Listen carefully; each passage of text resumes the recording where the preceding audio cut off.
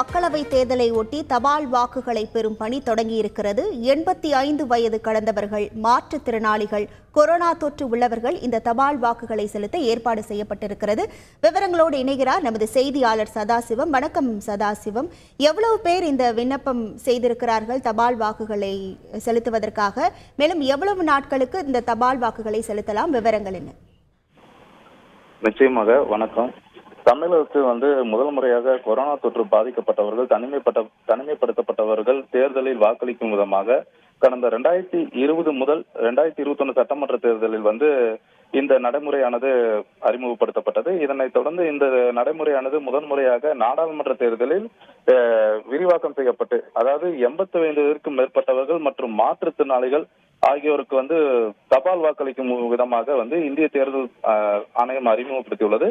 இதனைத் தொடர்ந்து இந்த முறையாக முதல் முறையாக நாடாளுமன்ற தேர்தலில் மாவட்ட தேர்தல் அலுவலர்கள் நடைமுறைப்படுத்தி வருகின்றனர்.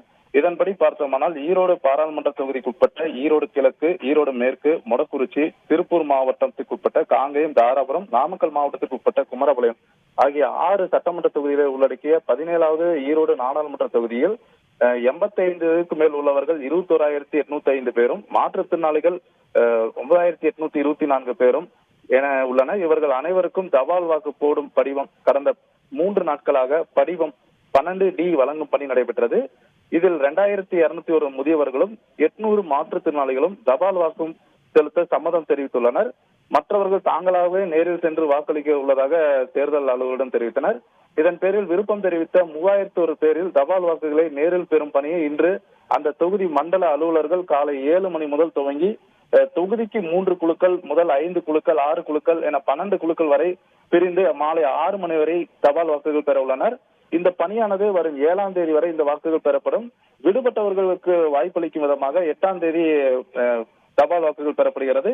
இதனைத் தொடர்ந்து தமிழகத்தில் பார்த்தோமானால் சென்னை, காஞ்சிபுரம் உள்ளிட்ட மாவட்டங்களில் தபால் ஓட்டு போடும் பணி திங்கட்கிழமையானது தொடங்கியுள்ளது. முதியோர்கள், ஊனமுற்றவர்கள் வீடுகள் சென்று தபால் வாக்குகள் சேகரிக்க உள்ளனர். இந்த நடைமுறையானது 85 மேற்பட்ட முதியவர்களுக்கும் 40% மேல் உள்ள மாற்றுத்திறனாளிகளுக்கும் பெரும் உதவியாக உள்ளதாக அவர்கள் தரப்பில் தெரிவிக்கப்பட்டுள்ளது. உங்கள் முழு விவரங்களுக்கு நன்றி சதாசிவம். செய்திகளை உடனுக்குடன் தெரிந்து கொள்ள உடனே சப்ஸ்கிரைப் பண்ணுங்க.